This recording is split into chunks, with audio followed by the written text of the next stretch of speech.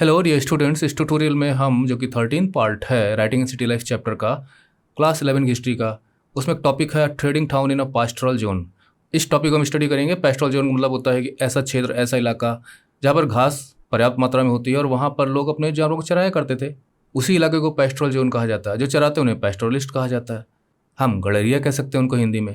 और trading town का मतलब होता है ऐसा शहर, ऐसा सिटी, ऐसा टाउन जो जिसके डेवलप होने की मुख्य वजह trading, that is people coming from different parts, और बीच में जो सिटी है इसके डेवलप होने में इन लोगों का योगदान है। और एक प्रकार से सिटी एक प्रकार से ओपन भी होती है फिर डिफरेंट कम्युनिटीज़ के लिए, डिफरेंट पीपल के लिए। तो यहाँ पे एक मिक्स्ड कल्चर देखने को मिलती है। तो जो शहर जिसको हमको पढ़ना है आपके बुक में वो है मारी। तो हम यहाँ देखेंगे कि इसके राइज एंड प्रॉस्पेरिटी की जो वजह थी वो थी ट्रेड। इसकी स्ट्रेटेजिक लोकेशन, मतलब स्ट्रेटेजिक का मतलब होता है कि वो लोकेशन जो इसको हेल्प करती है यूफ्रेट नदी पर ऊपर, जिसका बहुत बड़ा रोल था इसकी जो थ्राइविंग अर्बन कल्चर जो हमें देखने को मिलती है। और it was centre of hub for trade and cultural exchange, जो मैंने आपको बताया कि जब लोग आएंगे तो एक्सचेंज हो गई, वो ट्रेड के जरिए और कल्चरल एक्सचेंजेस भी देखने को मिलते थे। तो हम यहाँ पे मारी को स्टडी करने चल रहे हैं, लेकिन इसके पहले हम थोड़ा सा देख लेते हैं इसका मैप। आपकी बुक में जो मैप दिया गया है उसमें आप देखिए वही मैंने लिया है यहाँ पे कि किस प्रकार से जो नदी है ये जो चली आ रही है, ये यूफ्रेट्स नदी है। और ये जो चली आ रही है वो नदी वो टाइग्रिस नदी है। तो मारी जो है ये जो यूफ्रेट्स नदी है यहाँ आके जो कि दोनों मिलती हैं बाद में यहाँ पे और फिर गल्फ़ में चली जाती हैं, खाड़ी में। टाइग्रिस नदी है और किस प्रकार से आके यहाँ पे मिलती हैं और यहाँ पे मिलने के बाद ये गल्फ़ में नीचे चली जाती हैं। तो ये ऊपर स्थित है, मतलब upper part of the Euphrates river. और हमने आपको बताया था कि जो निचला पार्ट होता है वो एग्रीकल्चरल प्रोडक्टिविटी वहाँ ज़्यादा होती थी। जहाँ आप देख रहे हैं मैप में कि किस प्रकार से ये जोन ऑफ एग्रीकल्चर प्रोडक्टिविटी है। और ये जो मैप है आपके बुक में, जो टॉपिक हमने लिया है तो वही मैप हमने उठाया है। तो यहाँ पे देखिए कि जो ग्रीन वाला पार्ट है, मतलब ये वाला पार्ट, यहाँ पे अक्सर बाढ़ आ जाया करती थी, मतलब यहाँ तक बाढ़ का पानी पहुँचता था। और ये जो यहाँ पे डॉटेड पोर्शन है ये एग्रीकल्चरल लैंड है, जो इस नदी के पानी से की वजह से यहाँ पे एग्रीकल्चर होता था। और ये जो पीला वाला भाग है ना, ये वो क्षेत्र है जहाँ पर जो नदियों का जल पहुँच नहीं पाता था और जिसकी वजह से ये पास्चर लैंड था। यहाँ पे ज़्यादातर चराने का ही काम होता था, ग्रेजिंग होती थी। पैस्टोरलिस्ट के लिए ये इलाका था। और ये जो आप देख रहे हैं ब्राउन कलर में जो इलाका है ये पास्चर लैंड है, क्योंकि यहाँ पर जो जल है वो नहीं पहुँच पाता था कैनाल्स के ज़रिए या चैनल्स के ज़रिए। तो स्प्रिंग सीजन में पूरी तरह से पास्चर लैंड रहता था इलाका। ये सीजनल स्ट्रीम्स हैं जो बरसात के मौसम में चली आती थी, जो नीली नीली आपको दिखाई दे रही हैं ये।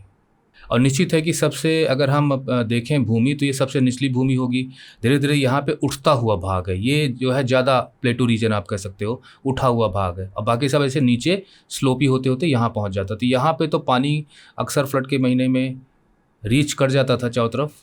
और इस रीजन को सपोर्ट करता था जो डॉटेड रीजन है प्रोडक्टिविटी के लिए, एग्रीकल्चर लैंड यही है। और ये एक प्रकार से आप कह सकते हो बफर जोन है एग्रीकल्चर लैंड और पास्चर लैंड के बीच में। और यहाँ पे भी खेती फैल भी सकती थी और यहाँ पे पास्चर भी हो सकता था। और जहाँ तक पानी पहुँचा है, जब फ्लड रीजन में रिसीड कर जाता है वाटर और फ्लड टाइम नहीं होता है, तो यहाँ पे भी पास्चर हो सकता था स्प्रिंग के सीजन में। इसलिए देखिए यहाँ पे प्लेटो रीजन दिखाया गया। और पर्वत भी आपने देखा था काफ़ी कुछ है, और लो लाइंग फ्लडेड लैंड है यहाँ पे, ये निम्न भूमि। ये देखिए माउंटेन रीजन्स हैं। इसके ईस्टर्न पार्ट में ना बहुत कम है और वेस्टर्न पार्ट में ज़्यादा है। और मारी जो है यहीं पे बसा हुआ था। तो चलिए फिर हम लौटते हैं अपने टेक्स्ट मैटर की तरफ। पहला पॉइंट ये है कि जो मारी जो है वो यूफ्रेट्स के अप स्ट्रीम में है, जो मैंने अभी आपको बताया। और ये जो सदर्न पार्ट में मेसोपोटामिया का जो एग्रीकल्चरल प्रोडक्टिव एरिया था वहाँ से दूर था। और जो मारी रीजन था वहाँ पर आपको कॉम्बिनेशन देखने को मिलेगा। किसका कॉम्बिनेशन देखने को मिलेगा कि वहाँ पे खेती भी हो जाया करती थी और एनिमल रियरिंग भी होती थी। और कुछ कम्युनिटीज़ ऐसी थी, मतलब जैसे वहाँ पे फार्मर्स भी थे और वहाँ पे पैस्टरलिस्ट भी थे, चरवाहे भी थे। अब उसमें ऐसी भी कम्युनिटीज़ थी जो दोनों करती थी, मतलब उनको खेत भी थे, खेती भी करती थी और एनिमल हर्डिंग भी करती थी। लेकिन ज़्यादातर हिस्सा जो है मारी का वो पैस्टोरलिज्म के क्षेत्र में था, जहाँ पे शीप और गोट ये नॉर्मल लोग पालते थे इनको। और एक तरीके से हम ये कह सकते हैं कि जो हर्डर्स थे और जो फार्मर्स थे उनमें एक सिम्बियोटिक रिलेशनशिप था। सिम्बियोटिक रिलेशनशिप उसको कहते हैं जहाँ पर जैसे ए हैं बी हैं, तो ए की कुछ ज़रूरतों को बी पूरा करता है, बी की कुछ ज़रूरतों को ए पूरा करता है। और दोनों एक दूसरे की इसी एक्सचेंज की वजह से ही जीवित रह सकते हैं। यानी अगर बी अपनी सप्लाई बंद कर दे तो ए खत्म हो जाएगा, ए अपनी उन ज़रूरतों को जो बी को ज़रूरत है वो चीज़ें ना दे तो बी खत्म हो जाएगा। लेकिन दोनों अगर इस तरह से एक दूसरे को एक्सचेंज करते रहते हैं तो वो दोनों जिंदा रहेंगे, तो उनके बीच में एक सिम्बियोटिक रिलेशनशिप कहलाया जाएगा ये। तो हर्डर्स और फार्मर्स के बीच में क्या सिम्बियोटिक रिलेशनशिप है, किस प्रकार से एक दूसरे को वो कि जीवन को सपोर्ट करते थे, वो भी आपको पता होना चाहिए। जैसे उदाहरण के लिए जो एनिमल्स जो उनके पास थे तो उनसे डेयरी प्रोडक्ट्स निकलता था। उनका जो मीट है, डेयरी प्रोडक्ट्स में आप घी कह सकते हो, चीज़ कह सकते हो, और बदले में उन्हें अनाज मिल जाता था किसानों से, और मेटल टूल्स मिल जाते थे जो डिफरेंट प्रोफेशनल्स वहाँ पे मतलब शहरों में होते थे। और इसके अलावा जो जानवरों से खाद तैयार होती थी वो भी बहुत ज़्यादा मतलब की होती थी फार्मर्स की। तो ये सिम्बियोटिक रिलेशनशिप है, मतलब the animal products were supplied to farmers and farmer supplied them with grains and different professionalist craftsman provided them tools. ये है मारी का रीजन जो मैंने आपको बताया था, एग्रीकल्चर प्रोडक्टिविटी से दूर है, तो यहाँ पे पॉस्चरिज्म ज़्यादा था।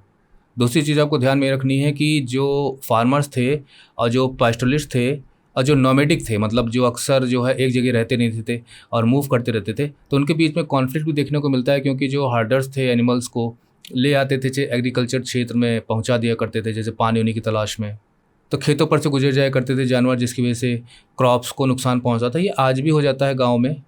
और फिर वो अगर देखा ओखा नहीं गया तो जो फसल खड़ी है ना कल्टिवेटेड फील्ड्स में, तो उनको चढ़ना शुरू कर देते थे जानवर, जिसकी वजह से टकराहट पैदा होती थी। और कभी कभी तो जो एग्रीकल्चरल जो ग्रुप्स हुआ करते थे, हर्डिंग ग्रुप्स, वो पहुंचकर जानबूझकर भी जो एग्रीकल्चर विलेजेस थे, मतलब किसानों के गाँव में आक्रमण करके और उनका जो स्टोर्ड गुड्स होता था उसको लूट लेते थे। माल जो कुछ भी उनका होता था स्टोर किया हुआ, और उसको उठा ले जाते थे। और कभी कभी जो बसे हुए गांव हैं, जो कम्युनिटीज़ थी, वो भी बदले में इंतज़ार करती थी कि हर्डर्स अगर आते हैं तो हम भी उनका रास्ता रोक देंगे, मतलब वाटर रिसोर्सेज की तरफ उनको हम जाने नहीं देंगे, उनको और उनके जानवरों को। तो ये कॉन्फ्लिक्ट की वजह थी between the farmers and the animal herders. अब यहाँ पे आपको एक इंटरमिक्सचर देखना है डिफरेंट कम्युनिटीज़ का मेसोपोटामियम रीजन। मेसोपोटामिक जो हिस्ट्री है ना, उसमें ये देखते हैं कि जो नोमैडिक कम्युनिटीज़ हैं, जो खाना बदोश लोग हैं, जो एक जगह से दूसरी जगह मूव करते रहते थे, तो अक्सर वेस्टर्न पार्ट से आते थे ये लोग।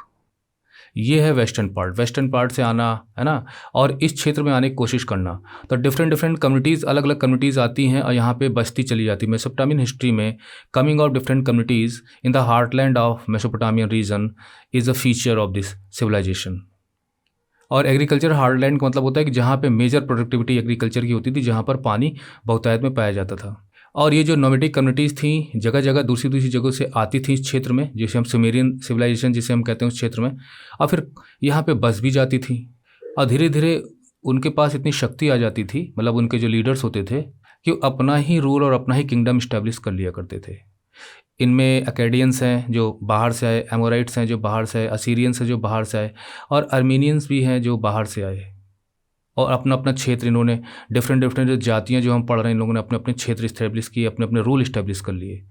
और इसमें वो, और एक चीज़ और मैं आपको बता दूं कि ये लोग जब आते थे तो भाई जो नोमैडिक पीपल हैं नॉर्मली, तो यहाँ आने के बाद कुछ लोग खेतों में मजदूर का काम कर दिया करते थे, हायर्ड लेबरर्स की तरह काम करते थे। कुछ लोग सेना में भर्ती हो जाया करते थे, है ना, बस जाते थे यहीं पर, समृद्ध हो जाते थे, धनी हो जाते थे, है ना, तो अपना ही यहाँ इलाका बना ले, ठिकाना बना लिया करते। तो इन्हीं लोगों में से डिफरेंट रूल्स इस्टेब्लिश किए इन्होंने, और इनके बारे में हम लोग पढ़ेंगे आगे के चैप्टर्स में। और जो मारी का जो राजा था, मतलब कि इसको जो हम जो 15 पार्ट लेंगे वहाँ पे हम इमेजेस लेंगे, वहाँ बताएंगे ना, जैसा जिमरलिन था वो, है ना, ये जो वहाँ का राजा था, तो उसका महल का जिक्र आपकी बुक में दिया गया। तो ये एमोरिट जाति का था, ठीक है, जो बाहर से ही आए थे। तो किंग ऑफ मारी वर एमोरिट्स यहाँ लिखा भी गया है। और वो अब जो कि बाहर से आए हैं, तो उनकी जो क्लोथिंग है, उनकी कल्चर कहीं ना कहीं जो ओरिजिनल इनहेबिटेंट्स थे, मतलब जो ओरिजिनल निवासी थे एग्रीकल्चरल हार्टलैंड इलाके के, सुमेरियन रीजन के, और ये लोग बाहर से आते थे, वेस्टर्न पार्ट से, नदर्न पार्ट से, तो डिफरेंट तो थे ही, लेकिन उसके बावजूद भी जो मेसोपोटामियन जो गॉड्स थे, मतलब वहाँ रहने वाले लोगों के जो देवी देवता थे, उनके धार्मिक विश्वास थे, उसका वो रिस्पेक्ट करते थे। और बल्कि आपको भी पढ़ना है कि डैगन, तो डैगन ये देवता था जो स्टेप का, जो एग्रीकल्चरल रीजन जहाँ पे पेड़ कम घास ज़्यादा पाए जाते हैं, तो स्टेप रीजन का वो गॉड था, उस हार्टलैंड का, हार्टलैंड ऑफ पास्चरलिस्ट, बड़े बड़े चारागाह जो होते थे उनका वो देवता था। उसके लिए मंदिर भी इन लोगों ने बनवाया। अब ये आपको पढ़ना है कि जो मारी जो रीजन था वो एक अर्बन सेंटर था, एक शहरी केंद्र था, और उसकी वजह थी इसकी स्ट्रेटेजिक पोजीशन, क्योंकि यहाँ से नॉर्थ से भी लोग आते थे, साउथ की तरफ जाते थे, साउथ के भी लोग आते थे जो नॉर्थ की तरफ जाते थे, तो आना जाना लगा रहता था। तो बीच में ये इनको कंट्रोल कर सकता था, क्योंकि समुद्र नदियों के किनारे था ये, और नदियों में परिवहन होता था, नेविगेशन होता था। तो एक प्रकार से ये ट्रेडिंग हब था between the south and the mineral rich upland of Turkey, Syria, Lebanon.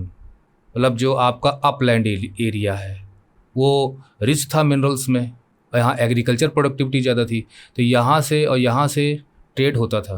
जैसे वुड है, कॉपर है, टिन है, ऑयल है, वाइन है ना, ये नदियों के सहारे, यूफ्रेट्स की नदियों के सहारे मूव करता था, और ये नॉर्थ से चलता था साउथ की तरफ, जहाँ पे एग्रीकल्चर प्रोडक्टिविटी, फार्मर्स ज़्यादा थे, फार्मिंग ज़्यादा होती थी। तो अब यहाँ पे जो मारी का क्षेत्र है ना, यहाँ पे ये लोग क्या करते थे, इन जहाज़ों को रोकते थे, नावों को रोकते थे, और रोकने के बाद उसको इंस्पेक्ट भी करते थे, देखते थे कि क्या सामान जा रहा है, क्या नहीं जा रहा है। तो वो वहाँ पे चार्जेस लगाते थे, मतलब टैक्स वसूलते थे, जो ट्रेडेड, जो भी उनका जो गुड्स होते थे, माल होता था जो नाव पर।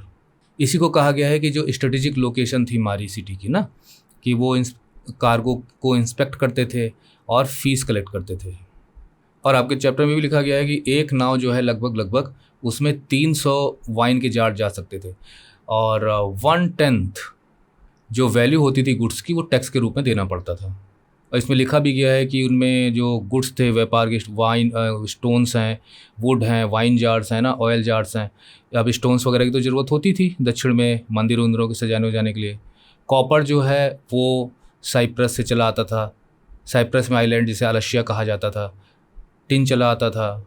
ये सब ज़रूरी थे ब्रॉन्ज टूल्स और वेपन्स के लिए, क्योंकि कॉपर और टिन से ही ब्रॉन्ज बनता है।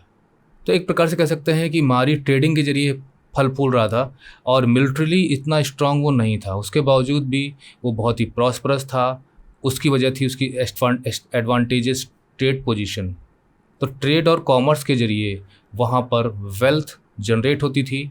उसकी समृद्धि की वजह, मारी की समृद्धि की वजह ट्रेड था। It was a cultural and trading hub.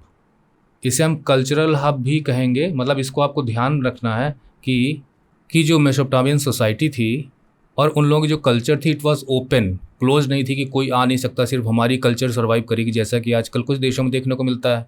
They don't tolerate others. तो इतनी नैरो माइंडेडनेस नहीं थी तब मेसोपोटामियन सिविलाइजेशन में। It was open to different communities coming from different directions.